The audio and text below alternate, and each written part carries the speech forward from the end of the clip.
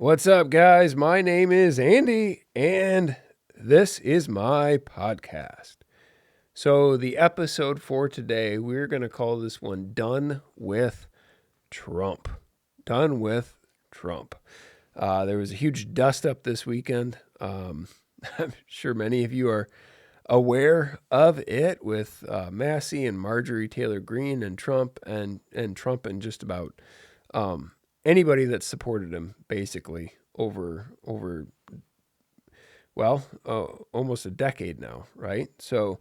Um, I thought I thought I would give my comments on that and some thoughts on that, kind of where I'm at regarding that. It's probably where many of you are at. Some of you are probably looking at this and are like, "What in the world is going on?" And I don't know. I mean, to try to figure out what and why Trump is doing what he's doing, who knows, right? It's definitely above my pay grade.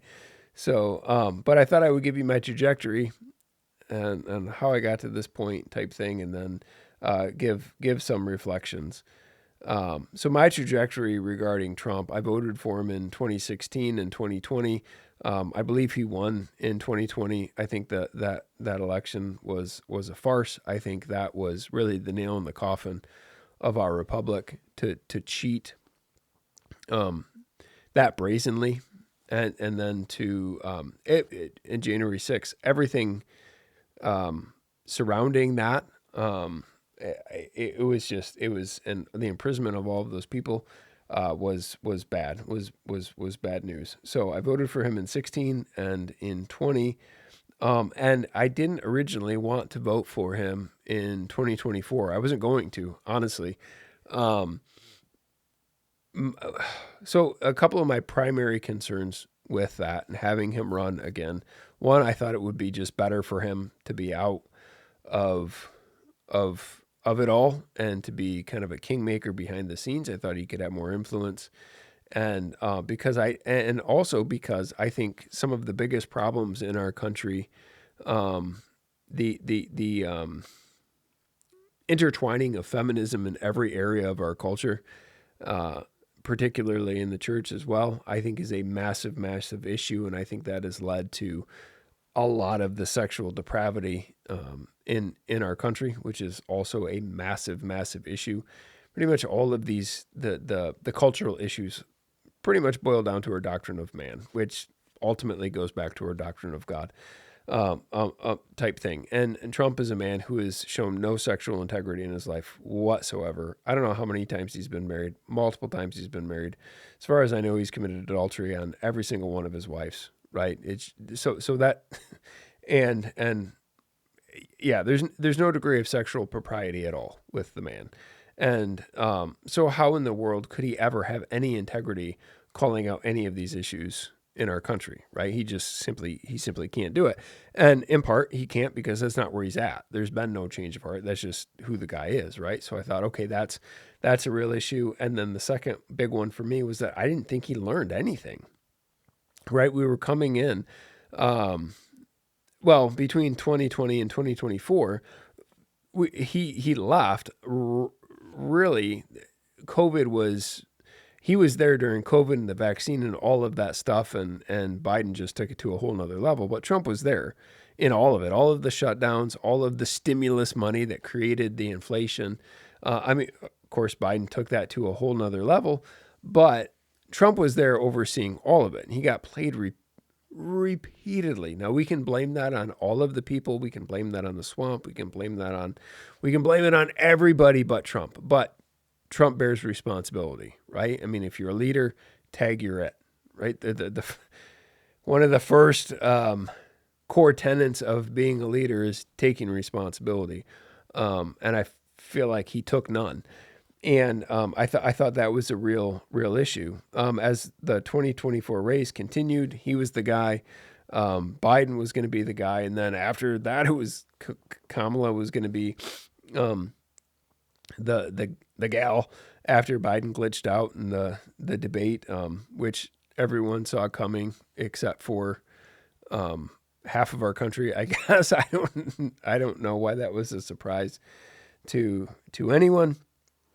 But as the race continued and Trump was shot at, and you had all of a sudden all of these forces started to kind of coalesce around Trump, that made me a little more optimistic. And I thought, okay, there were a lot of people involved throwing their support behind him. You had Elon and RFK and Tulsi and Vance, and um, something seemed to be happening. Like, as far as like the cultural moment is something it's a phrase that's probably misapplied and used too frequently, but it felt like kind of one of those moments, kind of like Obama's 2028 or 2008 campaign. You just knew the guy was going to win. Like, there was just something was happening, and it wasn't gonna, nothing was gonna derail that train, type thing. And Trump started to pick up some momentum, and he seemed to, at least the tone seemed to change a little bit. And I thought, okay, maybe this will be different. This could actually be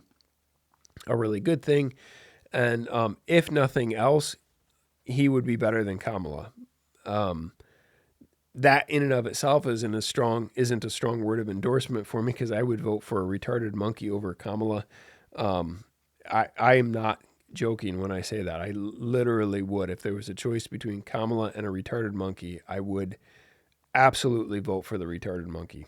Biden was president for 4 years. How much worse can a retarded monkey be, right? But Kamala, I think, would be worse than both. So, not necessarily the strongest word of endorsement, but it's an endorsement, right? I voted for him, and I was hopeful, as at least half of the country was hopeful, and the other half was too. They just wouldn't say it out loud. They were just happy that Kamala didn't get in. They might not like Trump, they might hate his guts, but they were secretly happy she didn't get in, because that would have been really bad. And everybody secretly knows it. So he won. And I remember after he won, I was thankful, but I remember telling my wife, right, we're watching all the news and stuff like that, and I said, people are really excited right now and really relieved, but they're very, very angry. People have been abused. Their trust has been abused. They've been manipulated and deceived, and they're done. They're done with all of it. So if Trump doesn't go in, and if he doesn't get results, what you're going to see the crowd shift really quickly. And I hope he stays true to his word, type thing, because you could see that if he didn't, it was going to be concerning, right? And then you have Doge and Elon, and he uncovered a massive amount of corruption and abuse. And I don't even know actually what's been cut. I just know a lot has been exposed. We've been told that certain things were cut, but I don't really know. Who knows, right? How do you know? I would imagine some of the stuff was cut, but as far as all of the things that were uncovered, we still really have no idea what money is going where. Like, as far as like the budget of our country, we don't really know. We've been told certain things were cut, but if they were, fantastic, cut it all. I think it's all terrible, and all insanely stupid, right? I don't even know what the debt number is at. 38 trillion, maybe. You can correct me on that. If it's not there, it's getting there, or maybe it's surpassed it as we're talking. Who knows? It's that bad. As a country, we've gotten to the point to where, like, as a home, if you look, like, just for example, as an analogy, if you looked at a home and you're like, oh, they look like they're doing pretty good, and dad's got a good income, but they have 15 credit cards that are all maxed out. They're over leveraged on their vehicles and on their home. And if dad doesn't get 2 more jobs and win the lottery, pretty much everything is getting repossessed, type thing. So even though it might look good on the surface, internally, there's some very, very big problems. That's kind of where our country is at. So we can debate social programs and all of these things all day long. I lean heavy right, and then another step right of that. But any of this conversation is, and foreign aid and any of this stuff, giving money anywhere, having that conversation regarding anything on non-necessities is stupid at this point, given all of the money that we've spent. So, or just where our financial situation is at. Like, it's the example of the family that I just gave that's over leveraged everywhere, and dad's writing checks to the neighbors so that he can have a good relationship with the neighbors. And you go, why would you ever do that when your home is in disarray? It makes no sense whatsoever, other than if there's some type of funny scheme going on, right? But so anyway, a lot of stuff was uncovered with Doge. That's good, but to an extent, it's good only if it's acted upon, and I'm sure it has been to a certain degree, but how much? None of us really knows. And a lot of things have been uncovered regarding the corruption with Russiagate and all of that stuff. And I think, okay, good. Now what? Right? Nothing's really happened yet, except for there's some charges against Comey, which, okay, good. He broke the law. Justice needs to be done. However, when you're only going after people that went after you, it looks a little fishy. And I don't like that when the other team does it. I especially don't like it when our team does it, right? We need to be consistent across the board. If we're guilty of the same sins, we need to call those out in ourselves and repent of that too. So, anyway, there's that. There's an uncovering a lot of things, but nothing's really being done. We're still the war in Ukraine that was going to end day one, right? Okay, we all know Trump's given to hyperbole, but that's still going on. We're a little past day one at this point. That's still going on. The Israelis are still committing genocide against the Palestinians, and the super peace deal that Trump negotiated. Yeah, they're violating that like every other day. So you still have all of these foreign wars, and even worse than that is we are still writing checks to all of these places. Why on God's green earth are we giving money to anybody? Why are we giving aid or even giving military support? Like if another country wanted to buy weapons, okay, that's a conversation that we can have. We will sell some to you. But I for the life of me, I do not understand how you could justify giving money to other countries or giving them any aid or military assistance, giving them anything when we don't have the money. Like, we don't have it. Why are we writing checks to other countries? Like, if that's a conversation you want to have it after we pay off our debt. How about that? Right? So that's kind of where I'm at on that. And then the straw that really broke the camel's back for me, which didn't take long.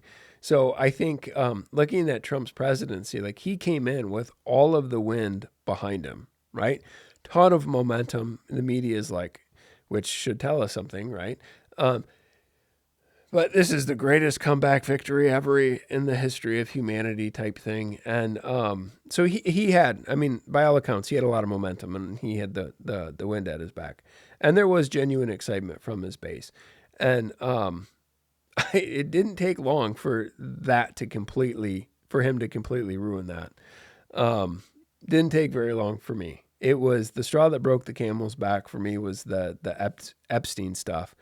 There was a lot of funny business really early on when Bondi, who's just a kite in a hurricane, she's horrible. And I think I feel the same way about Crazy Ed Cash. I think that guy is just an absolute train wreck. But anyway, my opinions about their person aside, they released the files to the podcasters early on. That was an absolute sham. There was nothing in there. They completely screwed those people over, which was a horrible thing to do, and certainly didn't help with PR, particularly regarding a highly charged, sensitive, emotional issue. So the thing with Epstein, there's a whole lot surrounding it as far as the corruption of our government and the Israeli government and our own intelligence agencies and so on. So there's all of that. You have all of the influencers, powerful people in our country that were caught up in something absolutely disgusting as far as trafficking women, and not just women, but girls, young girls, American girls. The first role of government is to protect your people. Particularly, the role of any leader should think of women and children first. Our women and children are being raped and systematically trafficked by our own government and the Israeli government, or at least, allegedly, allegedly. So when you look at the Epstein thing on the surface, it is the epitome of the swamp. It is the epitome of big government corruption. It's this web of just depravity and deception. And it represents, so people are passionate about it for a whole lot of reasons. And also on top of all of that is that thing is the tip of the spear. It's representative to, well, at least Trump's base, but even more than that, it broadens out far more than that. Because most American people, if you said, hey, do you think our women and children should be systematically raped by people who are, can do so, politicians and billionaires and the like, would you be cool with them being kidnapped and repeatedly raped? They would probably say, no, that's not okay, ever. Matter of fact, I don't care if they have a D or an R in front of those names, in front of their names. Whoever did that should be publicly hung, should be publicly executed. I believe that. I not because I have some sick bloodlust, but because I think those crimes are so heinous that we should see the effect of that. I think we're so perverted and corrupt as a nation that if we saw that, we would identify with the actual rapist instead of with the victims. But what is meant to happen when something like that happens is you're meant to see, like, okay, this is disgusting, this is heinous. What crime was so bad that led to that? And then it sends a message that this is not something that we tolerate, and it's not something that we tolerate because God doesn't tolerate it, and we will not. It is such a gross perversion of humanity and of such an abuse of authority and such an injustice that it has to be punished. I don't care who's involved in it. If Trump's involved in it, I would say publicly execute the guy. All of them. Every single last one of them. That's where I'm at on the thing. So, excuse me. That's where I'm at on the thing. So this thing has been so cluster fudged right from the beginning.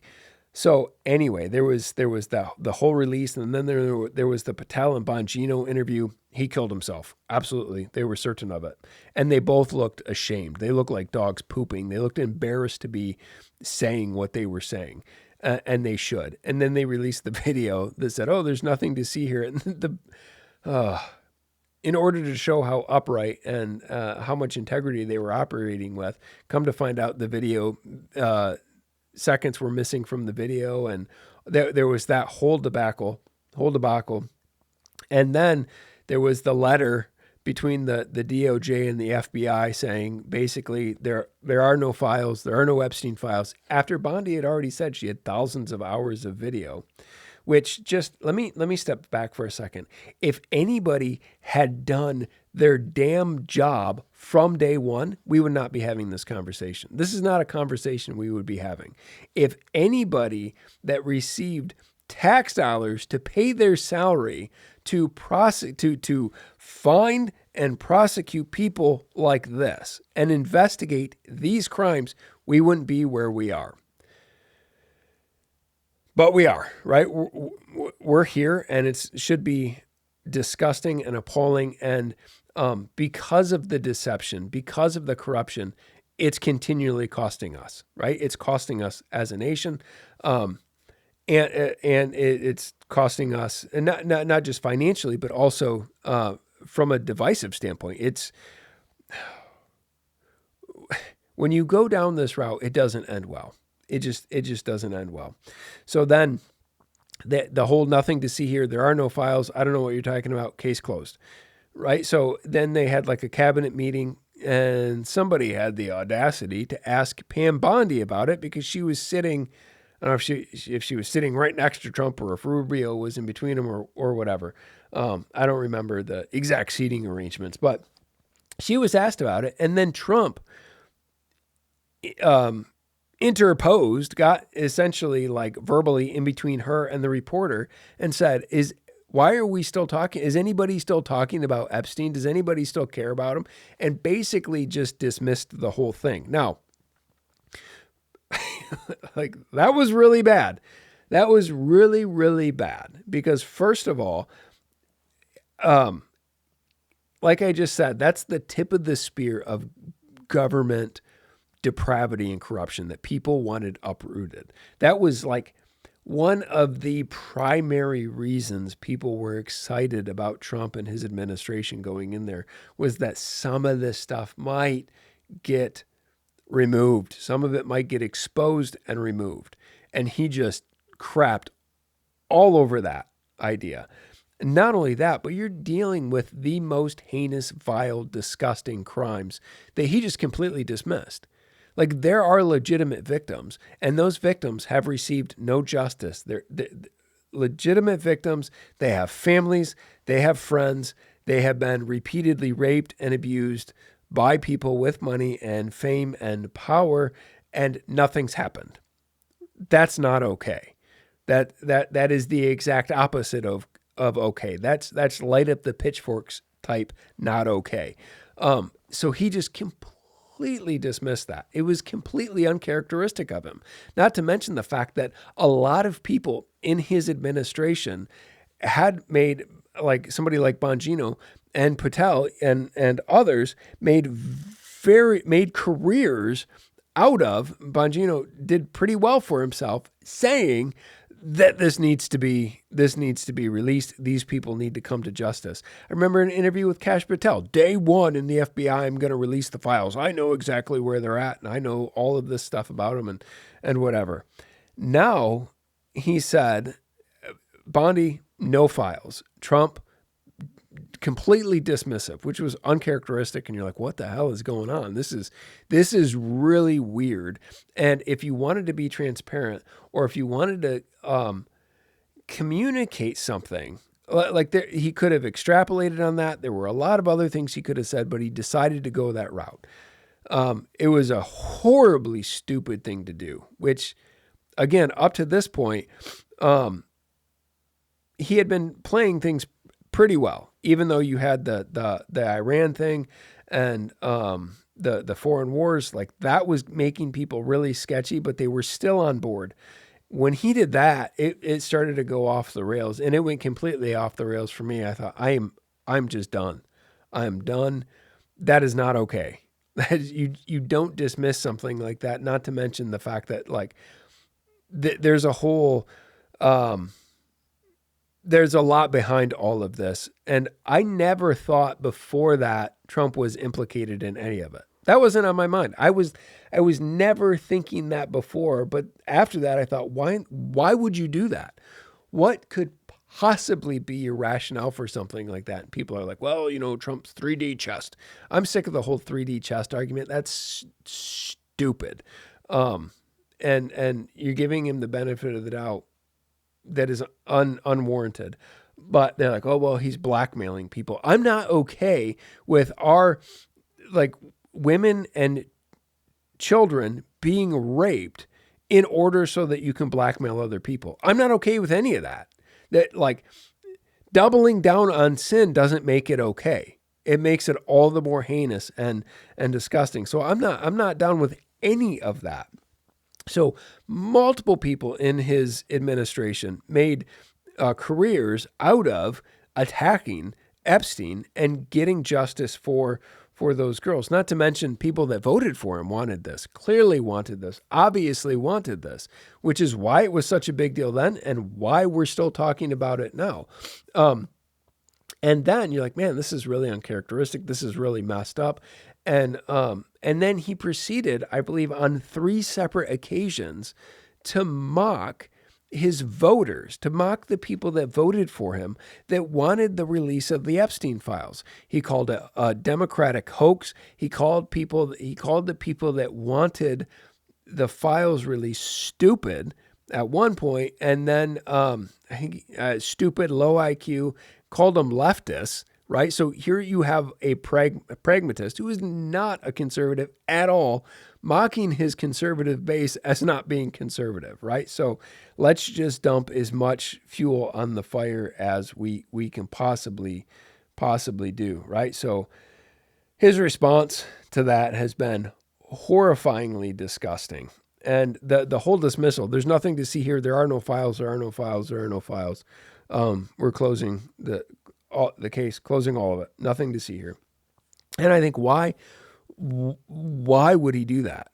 Right? Why would Trump do that? What good reason? Because up to this point, he's pretty good at reading his base. I mean, I don't think he's a good leader, but I do think, because I think he doesn't take responsibility, and I think he complains and whines and blame shifts constantly, which is unbecoming, certainly of somebody in his position. But he is exceptionally good at branding. He is good at getting into a good scrap, and he does generally a pretty good idea of knowing where his base is at. Like he does do that pretty well. This, not at all. And you're like, what's the game, right? What's he doing? So I don't know. I have no idea. I'm just throwing that out there. No evidence, no idea. This is just hypothetically speaking, my assessment. Because I really don't know. It's just bonkers, and I suppose any hypothesis is just as good as any. So here's one for you. I don't know if he's shown a proclivity towards sexual depravity, so the fact that he could be engaged in some of that wouldn't be entirely surprising. It's absolutely disgusting. And most people up to this point have said, it doesn't seem like Trump would be involved in that. And, I've said that too. I don't think that he would be involved in that. I've never once had that thought until he has gone out of his way to deny that there's anything that exists, that has called it a hoax, even though he is on record, even as far back as 2015, saying the island was a disgusting cesspool and things like that. So, and that Epstein was a bad guy. So I don't think that him and Epstein had this close relationship. I don't know if he was involved with like young girls or things like that. I don't think so. I want to believe that he wasn't. So what's the end game? Well, so much of the trafficking and all of this junk happens through beauty pageants and all like that whole type of industry, talent scouts, beauty pageants, all of these things. They get the girls plugged into this, and then they start to groom them, and it's bad news and it's gross. Well, Trump owned probably, I can't remember if it was like Miss Universe, Miss America, or both, and a lot of talent agencies around those organizations. He was heavily involved in that for a very long time. So the fact that Trump couldn't have been aware of things that were going on seems pretty silly to me. So, I'm not saying Trump was involved in trafficking people, but it doesn't seem crazy to me that he could have been involved in blackmailing people that were trafficking people. You know what I mean? Like, he seems like the type of guy that would do that. We have dirt on you. This is something I want to get done. Make it happen. Now, do I have evidence of that? No, not at all. But that seems a lot more likely. He seems like a guy that's a lot more attracted to power and to getting things done. And he certainly has shown that, like, is he willing to do? I think he's willing to do that. Yeah, I think he's absolutely willing to do that. And the way he talks about all of that, he's never once said, look, at any one point in time, Trump could have stepped back and said, look, I understand why people are upset about this, and they should be, right? The subject matter is appalling, and we should really care about these things. But we're looking into it, and I want justice for these girls. He, at any point in time, he could have said something so basic and so simple that people would have been like, yeah, okay. Okay, we'll give you the benefit of the doubt. Okay, Trump, he didn't do that. He went the exact opposite route. Why? I don't understand. I just, for the life of me, I don't understand. And I don't know that we ever will really get to the bottom of everything that's going on. So there was all of that. And then you had the Kirk assassination and everything that's still revolving around that. I don't know if you guys have followed that. I'm not going to go into it in depth here. From day one, I thought this is really messed up. I don't buy the official narrative. None of it passes the smell test for me. I'm in the exact same place today that I was in day one. I don't know what happened. I don't know that we will ever know what happened. All I know is that we're being lied to. And like, and again, with all of this stuff, honesty, just be honest. Like there is obvious deception going on. And when there's obvious deception going on and you're constantly lying to me to my face and I know it, of course people are going to try to come to conclusions and figure things out for themselves. And a lot of those theories aren't wacky. A lot of them are pretty good. And a lot of them aren't even theories. They're just pointing out holes in the story saying this does not make sense. And this is what was happening in Kirk's life before he died. These are all, so a basic investigation, bare bones basic, was there any financial impropriety? Was there any sexual immorality? Did he have any enemies? Were there any fights before he died? Right? That is like bare bones basic questions. And when people ask that stuff and they're called anti-Semitic, which is really weird that you would be called that just based on those questions. That's weird that's your go-to. But all of these things surrounding it, none of it passes the smell test at all. And again, if you wanted to dispel any type of distrust, it would be pretty easy to do so if you were just honest with us. So I mentioned that because it goes along with me being done with Trump. The way he's handled that, everything around it, his silence regarding it is pretty appalling given the fact that he's pretty much been elected 3 times, in part because of the work of Charlie Kirk, not single-handedly, of course, but he played a very big part in getting Trump elected 3 times, but 2 that he could actually serve. So for a guy that espouses loyalty, the little interest that he's shown in the most public assassination of a public figure,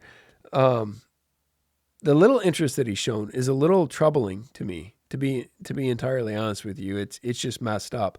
And when Don Jr. was asked about it, because supposedly they were friends, he looked like a dog pooping. Like, you ever see a dog take a dump? They look ashamed, right? That's what he looked like, trying to talk about this in support of the FBI. It's shaming. Like, what is happening is shaming. It's embarrassing that we're living through some of this in real time. Like, you look back at the Kennedy stuff. We watched a documentary with my kids. It was a little graphic, but I don't know. It was good for them.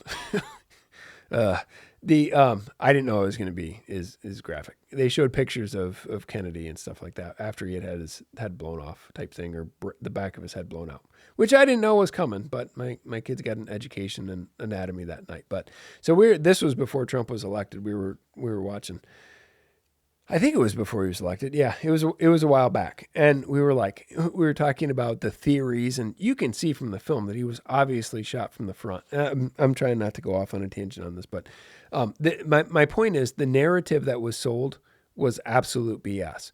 And they came up with the magic bullet theory, that a bullet shot and went around and hit him from the front type thing. And people bought it.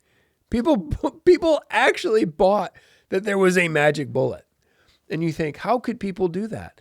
If you look into the Charlie Kirk stuff, you're like, they're doing it now. Like, the narrative that's being sold is a magic bullet. It's absolute, utter BS. And it's shameful to me that, like, we're probably never going to get to the bottom of it. And my kids are going to look at like documentaries 40 years from now and be talking to their kids about this stuff. Hopefully that, assuming that our country doesn't go in the dumper, much worse before then. So anyway, all of that. And then you have Thomas Massie and Marjorie Taylor Greene, the two most notable people, but there are other people involved too, that have proposed a release of they were forcing Congress to vote to release the Epstein files, again, that don't exist, right? This is the thing that I think is hilarious, right? So Bondi comes out, there are no files. Trump comes out, why are we even talking about this? And that lasted for about a week, and the American people were like, yeah, we don't buy it. No, yeah, nope, not at all. So then you have this, I don't know what it is, a proposal, a resolution. Not a resolution. I don't know what the official name for it is, but to get Congress to vote to release these files. So there's been this huge battle back and forth. There was the shutdown, and Johnson made sure was strong arming the vote so that people wouldn't vote on it type thing. And to their credit, Massie and Marjorie Taylor Greene have kept pushing for it. And praise God for that. Like, why are they, and there are other congressmen involved, right? But why are they the only ones that seem to care about these victims? Like, it's a horrible, horrible thing. Why can't we all come together and say, if a woman is raped and a child is raped, that's bad. And whoever did it, regardless of their income or their title, they should be put to death, right? I don't know why that's a controversial thing today. And I don't know why our president is pushing against that so hard. Like how can you not be suspicious? Like, it's so messed up. How can you not be suspicious of that? So ever since then, Trump has been bashing on Massie. He's reserved a little bit of he hasn't bashed Marjorie Taylor Greene. He's been pretty quiet about her up to this point. But I think why? Why are you bashing Massie for wanting to get a vote to get those released? Why would you bash a guy for that? And then say you're going to have somebody primary him and have people financing the opposition to his campaign and trying to discredit the guy. Like, I just don't get why you would do that. And then this weekend, this is where everything kind of went down. Trump went full retard and bashed both of them. I don't know what you call a Truth Social, bashed them on his platform. It's not a tweet, but he bashed both of them and went on to like mocked Massie. His wife died 17 months ago, and literally mocked him for being remarried and said his new wife's going to find out that he's a loser and he's only got like 8% or in the polls or something. I'm summarizing, but he did absolutely certainly said that his wife would conclude that he was a loser type thing. And I think, okay, so one, not okay. Right? It's not okay at all to make personal attack. You're having a disagreement with a guy. Okay. There's room for debate and there's room for banter, but you don't bash the guy's personal life and his wife and his, bring his deceased wife and his new wife into it. Not okay. You don't do that. Like, as a man, no, you don't do that. Shame on you. And then, like, you're the president of the flipping United States. Why are you punching down? Like, this is the thing that drives me absolutely nuts in his first administration. It wasn't the back and forth. It wasn't that he would debate. It wasn't his language. And it wasn't that he would engage. Is that he constantly, after he won the election, constantly punched down. You are now the president. Don't punch down.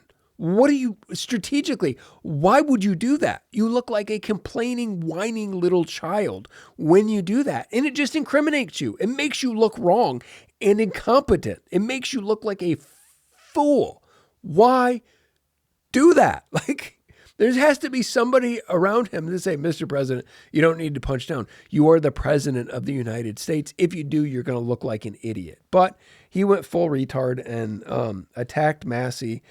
And then he went on and disavowed Marjorie Taylor Greene. Now, look, I have said repeatedly, I'm not in favor of women being in leadership positions over us in the government. However, I find it shameful that she has like the biggest balls in Congress and seems to be one of the people with the most amount of integrity and seems to be doing the right thing. And ironically has been probably one of the most loyal people to Trump. And he completely disavowed her and completely threw under the bus, said he is not going to endorse her and he's going to primary her, and had a bunch of things. Said she called her wacky, and said she's too liberal. Of all people, Trump's calling somebody else liberal. Now, a couple of things about his comments regarding Massey and regarding Marjorie Taylor Greene, and this is where you have to be careful for him going this route, because all it does, one, I think it makes him look like an angry little brat. It makes him look like an idiot. It does. But he's a Massey and remarriage and attacking his wife and all of this stuff. Like, probably not what you want to do. His first wife, because he's had a lot of them, his first wife died suspiciously by falling down the stairs in 2022, I believe, and he had her buried on one of his golf courses, I believe, so that he could get the tax credit. Because if it is kind of like a cemetery type thing, I don't know what all was involved. I don't know what his motives were. I'm just simply saying, if you're going to start to poke in that route or poke in that vein, expect people to poke back, right? Do you really want to go down that route? Do you really want to play that game? Okay. Everything's fair game now.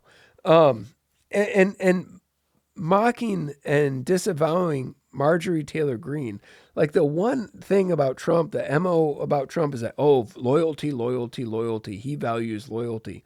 Here you have somebody that's been loyal to him, and he completely throws her under the bus. Like, that's Trump's MO. He demands loyalty from other people, but he gives it to no one. How many wives has he cheated on? How many business dealings has he broken? How many people that have like done everything in their power to get the guy elected? How many of those people does he willingly throw under the bus the minute they don't do something he wants? Like, it's petty and embarrassing to the extreme. Like, and he decided to go that route. He's the one that opened that door. Like, it's just, to me, it's embarrassing and it's shaming. And in the text about wacky Marjorie, he said that all she does is complain, as he's complaining about her, and it's not a tweet, Truth Socials all weekend long about people who vote differently than him. Like, why are you whining and complaining?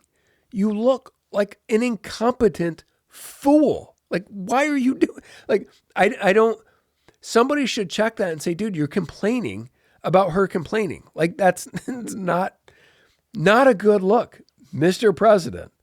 That you're not representing your constituency or the country very well at this point, because all he does is whine and complain. Every time he has a mic in front of his face, that's what he does.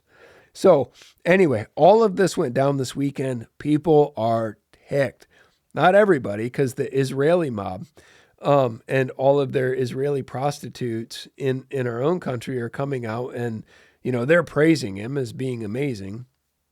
Of course, he's so amazing. And I believe this week they're going to, I don't know if he's looking at expanding the aid to Israel, which is fantastic, that not only are we giving money to Israel, but now we're going to give them twice as much over like 10 more years or something along those lines. I don't know what the specifics are, but it's a massive increase in budgetary spending going to Israel for God knows what, and for reasons unknown to the American people. So people feel betrayed. They're very, very upset about it, at least ones that are not Israeli whores and whores to the Israeli government are really upset about all of this. And they should be, because they feel betrayed, and they're internalizing. Some of this is internalized, not just looking at all of it externally going, yeah, this is all really, really stupid, and this is all played very, very poorly, and none of it makes any sense at all, and you're incriminating yourself. You look guilty every single step of the way. Now, part of the reason why you have, like Trump, a New York billionaire, the part of the reason why people related to him was because they saw the way the left attacked him and they thought they would do the same to me given the opportunity, right? So it was kind of like they saw themselves in him. Well, ironically, I believe the same thing is happening regarding Macy and Marjorie Taylor Greene, or Massey, sorry, Massey and Marjorie Taylor Greene. They're looking at Massey and Marjorie Taylor Greene and their request to release the Epstein files and going, yeah, that's what I want. And they're looking at Trump attacking them and they're starting to like internalize that, saying that's what Trump would do to me, right? So you have this complete flip of the script. And it's just amazing to me the way that God works some of these things out. Like he's not going to be mocked. If you're a scumbag, eventually that's going to come back on you. It's going to show itself. And that's what it appears to be doing here. And I don't know, like I don't know anything about Massey's life or Marjorie Taylor Greene's life. So I mean, I'm sure, I don't know, right? Who knows? But I do know that they're doing the right thing to try to release this stuff and to have transparency and to root out the corruption in Washington. And I'm thankful for that. And right now, if there was a Massey Green ticket, I would vote for that over a Trump Vance ticket or a Vance Rubio ticket, to be entirely honest with you. Because what I want is honesty and justice. And if the government is going to do anything, its first role is to punish the evildoer and propagate righteousness. And in punishing the evildoer, you're executing justice. With that, God is pleased, right? And on the top of that list should be the protection of women and children, of all things. So, amen that they're pushing that. So now I just saw today, I went online before I just hit record, and Trump saying, I'm asking the Republicans to release the files. It's like, you jackass. The only reason you're saying that is because you know what an uproar you caused, and you know how ridiculous this all is. And like, here's the thing. I don't know what's going to get released. I don't know what they have. I'm pretty sure whatever it is, we're never going to get to the bottom of it. Most of it's going to be redacted, and it's just going to be a crap storm for a good long time. And there are people that are going to defend Trump no matter what. There are people that are going to think Trump's involved no matter what. The horrible thing is that Trump's turned this thing into a massive circus, and it's a shame because that's going to be a big fat distraction. So my opinion, and I think this was the case with the Diddy trial too. So, I mean, that's a whole nother thing, but I think the trial was actually part of the cover up on a lot of these things. If the Epstein files actually do get released, whatever they are, whatever they say, the files that don't exist, if they get released, whatever's there, whatever is on them, that will be part of the cover up. Right. So, because they clusterfudged this so bad and because they lied and deceived so much, no one's going to believe whatever they say at this point. And I think Trump had his part to play in all of this, and it is an absolute shame. So why am I saying all this? I'm saying all this to say I'm done. I'm done with all of it. The whole voting for the lesser of two evils things. No, I'm complicit in evil, right? It's gross. I'm done with it. It's just stupid. I want it to be done before 2024, and I'm still thankful that a retarded hyena didn't get elected, but I'm not by much, right? Not by a whole lot at this point in time, because at least you'd have the country rallying for some righteous cause, and not being. I think a lot of it is the betrayal and being completely lied to. Now I get it. Trump's not on the ballot, but I think that he was in Virginia and then New Jersey and New York and all of these things. I think in part that he was, and I'll tell you why. And I'm not going to go into those elections, but I do want to say this, that I think he was on the ballot, and I think specifically in New York, the constantly bending over backwards and taking it from the Israeli government was on the ballot, right? I think people are done with that.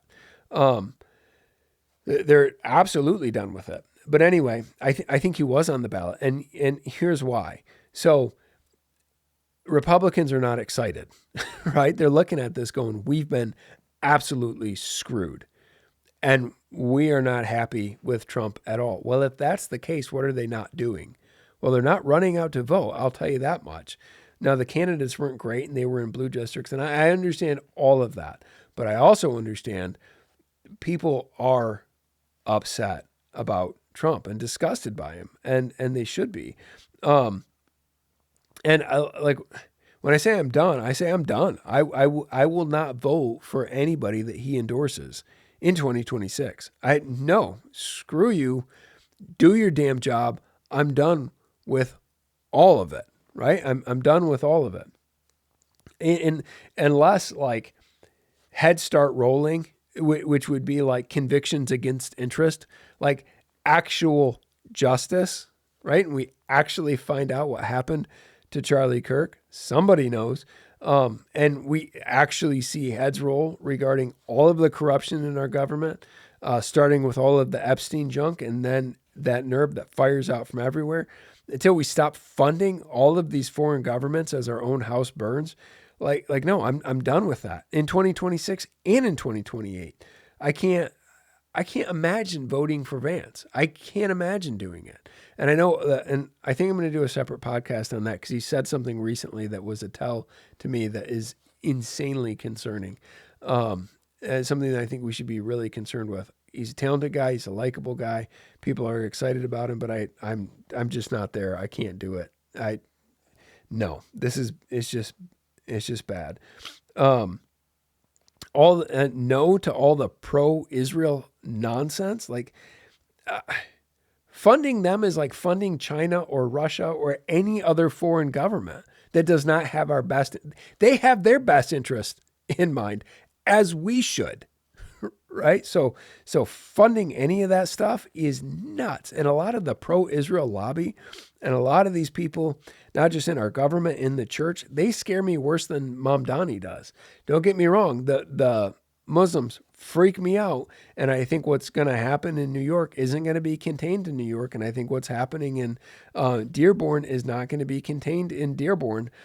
So yeah, those things are big concerns. But the Israeli lobby scares me just as much, if not more, than the radical Muslims in our country, because I think they have their own interests in mind, not ours, and they would burn the whole thing down just to rule over the ashes. So I don't like any of it, and it upsets me. This whole thing really, really upsets me because there are a lot of really good people around Trump.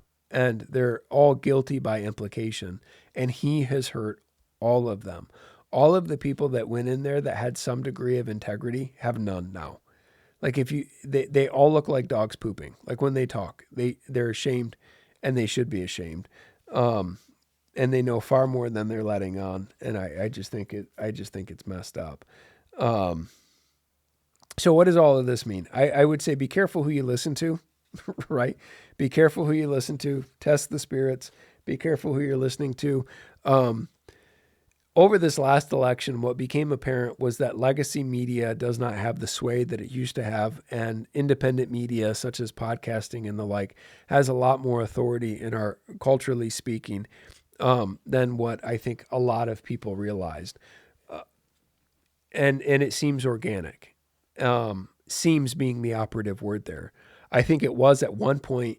Now that people are realizing what a force it is, you're going to see a lot more funny money sponsoring podcasts, right? If you look at podcasts that have a lot of money or they have a lot of sponsors, I would go, where do they get all that from? Right? Where, if they have a big staff, they have studios, they have merchandise and marketing, and and all of these things. And where's that coming from? Right? I would question some of these groups that are so violently pro-Israel. My first thought is, where are you getting your money from? Right? Not only does it seem completely weird and idolatrous to me, but I think where's the money coming from? I'm not taking any money from Israel. Really? Is an anonymous donor? Anonymous donor just give to your church? Did you had this wonderful purchase order of 30,000 of your books? Oh, that's weird. Is it another nonprofit organization of a nonprofit? Like the web of this stuff is so gross. So, and there are a lot of these podcasts that have like really taken off. Why is that? Right? Where's the money coming from? Those are legitimate questions. Asking that doesn't make you anti-Semitic, right?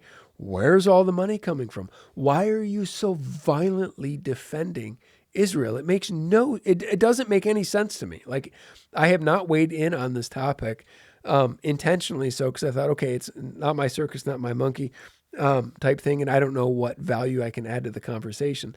Now I look at it, and I've never had any interest in Israel or having debates over the Jews or things like that, because I just, like, why would I? Like, it's not part of my everyday life. Like, I don't care. But now I do, because it's really messed up. And I say that because I think some of you are probably in the same camp. Like, some of this stuff is really messed up, and it concerns me a lot, and it very much concerns me in the church. I've been saying this for well over 15 years now. Some of these massive churches and the publishers, FYI, buy self-published books, because these publishers have boards, and these boards do not have the cause of Christ as their number one priority. But you have these massive publishers. You have these massive churches are involved with publishers, other nonprofit organizations that are involved with some really nefarious people, and universities, and all of these other like institutions. Like, it's really messed up, and I question all of it. Some of it is outright perverse when you look into some of it. It's really, really, really messed up. So. Careful who you listen to, test the spirits, ask really good questions. And also, and the inverse of that is, not everybody is your enemy. Not everyone is your enemy. I wish not everyone on the left is freaking insane, right? There are people on the left that have the same concerns regarding our government as we do. We probably have more in common with them. Not every single one of your neighbors is crazy. I honestly believe there is a concerted effort to make us think that way. Granted, there are some people that are freaking Looney Tunes, and that's concerning. But I think that the videos that we see and the volume at which we see them is intentional to make us think that like there is this. The country is completely divided. It is violently red and bright blue. And I think there are people that profit off us thinking that a war is going to pop off at any time. My concern is much more about the government than it is about my neighbor. Always. So I try to keep that in mind, right? That concerns me. So, so not everyone is your neighbor, and what goes along with that is unplug, get off social media. You don't have to fast from it entirely, right? But just be conscious of what's happening, right? You watch one story with one nefarious, crazy lefty loon, and then all of a sudden, everything you see is that, right? The algorithms get flagged, and that's all you see. And then pretty soon you're all worked up and you think, oh my goodness, everybody in the country is like this, or everyone believes this, or everyone believes that. And it's like, man, that's not true. That's not true. So unplug when you can, or if you feel yourself getting worked up, just set it down. Set the phone down, close the computer, take a deep breath, walk away, go do something important like hug your wife, play with your kids, laugh a little bit, right? Remember that life is an amazing gift, and we only get so much time. Spending it thinking about some of these people is just not worth it. So remember that Christ is king. He's shaking things up. This is part of the shaking things up, right? And he does that to strengthen what remains. However, the shaking part, that's not comfortable. The shaking part is also a sifting. Things get removed, things get revealed, branches get pruned. All of that is uncomfortable, but it's healthy in the long run. So find your people, think local, unplug, love the Lord,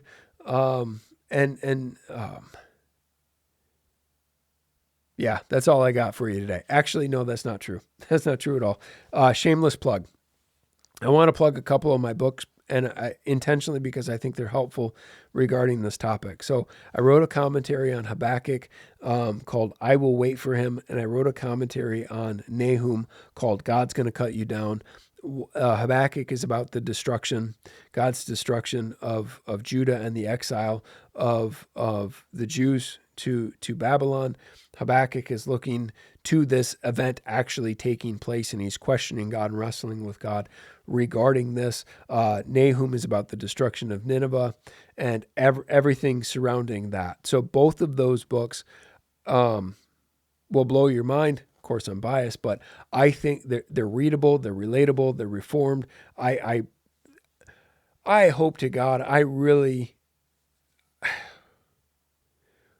when I'm wrestling through the word, my goal is to say, what is this saying? What is this saying? What is this saying? And how do I best communicate it to your people, Lord? So I tried to do that with these two books.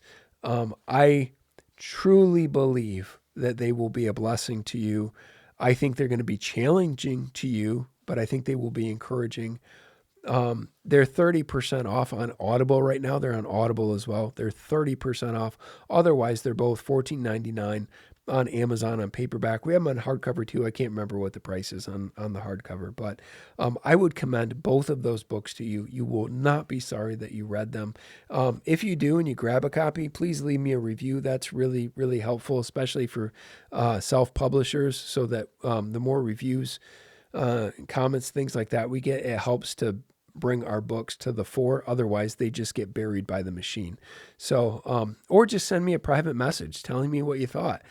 I greatly, greatly, greatly appreciate that. And I really, again, I hope those books are a blessing to you. So God's going to cut you down. It's about the book of Nahum.